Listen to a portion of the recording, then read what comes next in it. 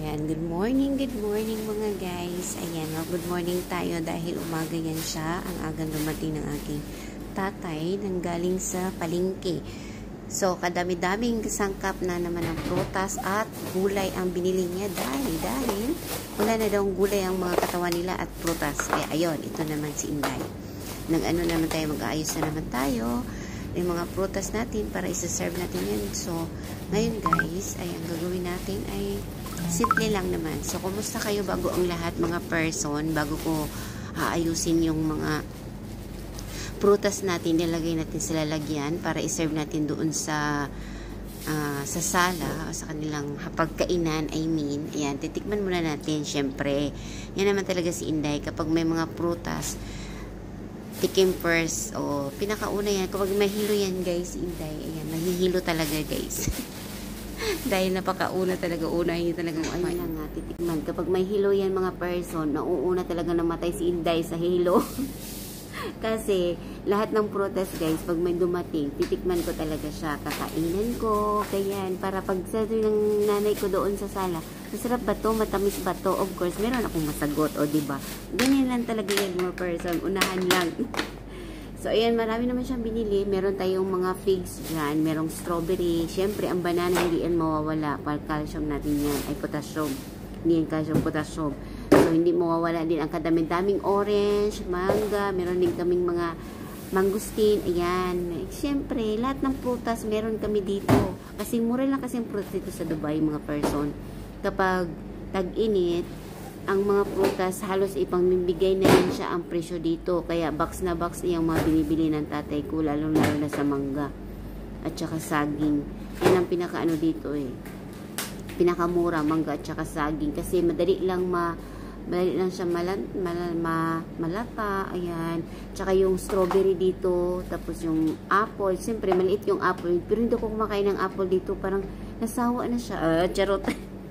Nasawa na ako mga person, ay, hindi naman sa pagkaano, kasi ang apple is the best daw yan siya, pero hindi lahat ng apple kinakain ko, kasi once na nakakain ako ng apple, ganito yung story ng mga person. Kapag nakakain ako ng apple, hindi ko magustuhan yung lasa, kasi merong apple kasi parang siya, balas ba yun, basta hindi siya, yung grano niya, yung pagkain mo hindi mo magustuhan. Kaya lahat ng apple ko i-generalize ko na talaga pag dito sa Dubai. Sa Dubai lang po. Pero sa Pilipinas, kumakain ako kasi masarap ang apple ng yung Fuji apple. Yun lang gusto ko. Yun. Special. Napaka-social naman. Hindi. Ganyan na yun. So, ito na nga.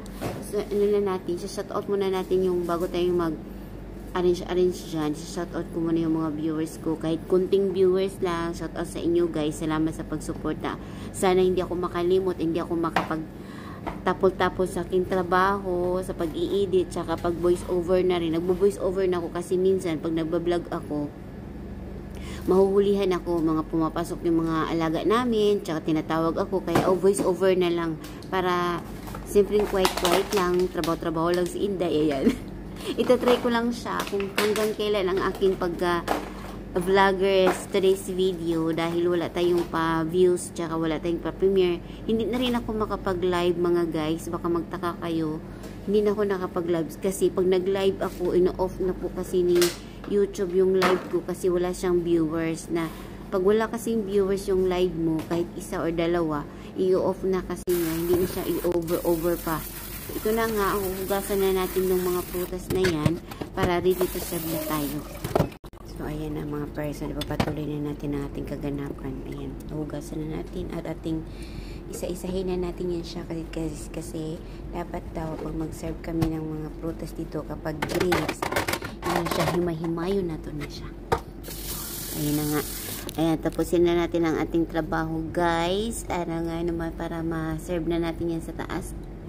At kakain na ang aking tatay. Ayan. So, ito na nga mga person. Medyo madalian natin to para madali naman ang ating buhay. Ayan, shout out pala sa aking mga nanonood dyan. Kumusta kayo guys? Ayan, nahuli na ang pagbati ko sa inyo. Pasensya naman kasi sobrang namamadali lang si Inday din so voice over na nga. Ayan, medyo dalian na natin dahil ang oras ay natatapos na. Hindi, joke lang. Ayan na nga. Guys, kumusta kayo? At ako naman, medyo busy na, natatapol na sa pagbibag, i-edit ng mga vlog. Kasi nga, yun na nga guys, uulitin ko ha.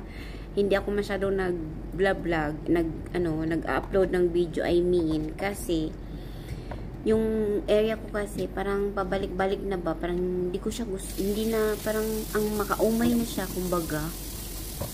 Kasi isa lang ang lugar na, nag-videohan ko. So, naisipan ko naman, meron akong mga nakikita, bakit naman sila isa lang lugar nila, pwede naman silang mag-vlog, diba? Pwede naman silang mag-video, basta iba-iba lang ang mga content na ginagawa. Ayan, kaya ayun, kahit anong ginagawa ko na lang guys, i-upload ko na lang siya para meron naman ma-update yung YouTube ko, kasi Holy Week wala kaming pa-premiere ngayon.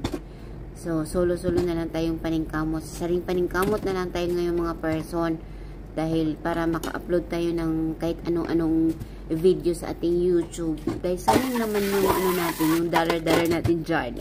Hindi na ma-skip yung mga ads natin. So, yung mga nanood guys, kahit konti lang kayo dyan, thank you sa inyong suporta. Huwag nyo na na-skip ang ads natin para naman may kita tayo buwan-buwan. Ayun, kahit maliit lang siya, natin, sa araw-araw natin, hindi natin i-skip yung ads mga person. Meron naman tayong ma-save hanggang end ng month. So, ito na nga. Dito na tayo sa ating tapos na tayo sa paprutas na pag-aayos. Andito naman tayo sa mga gulay. Yan, mga vegetables tayo dyan. Kasi, i-arrange natin dyan sa fridge. Kasi maraming mga gulay nga ang dinala niya. Dahil tag-init, medyo mura na ang mga gulay ngayon. Dahil malalata na siya. Ayun. Yan naman ang ginagawa natin dyan araw-araw. Yan ang mga ginagawa hindi araw-araw dito. Pero hindi naman siya araw-araw o yung sa isang buwan siguro, mga twice a month lang magbili ng gulay at prutas yung tatay ko. Depende kasi yan. Kapag nagsiserve ako doon, maraming yung prutas araw-araw na serve ko. So, ibig sabihin may prutas pa. Kapag mag-serve na ako ng coffee niya doon sa kanyang sumusala or sala, ayun, pupunta na yan siya ng market para bumili ng prutas. So, isasali na rin niya yung mga gulay para isang isang biyahean na lang. Kasi malayo siya kung magbili ng prutas. Ewan ko kung saan. Basta malayo siya. Napuntahan ko na yan, lugar na yan. Nung dati pa ako pa magpunta sa palengke, pero nahimatay ako guys. Nahihilo ako sumasakay ng sasakyan. Yung kotse. Siguro sa amoy, hindi ko alam. Basta kapag nagsasakay po ko ng pag lumalabas po ako, parang nahihilo po. So, ang perfume ko, ang dala kong perfume ay isang liniment.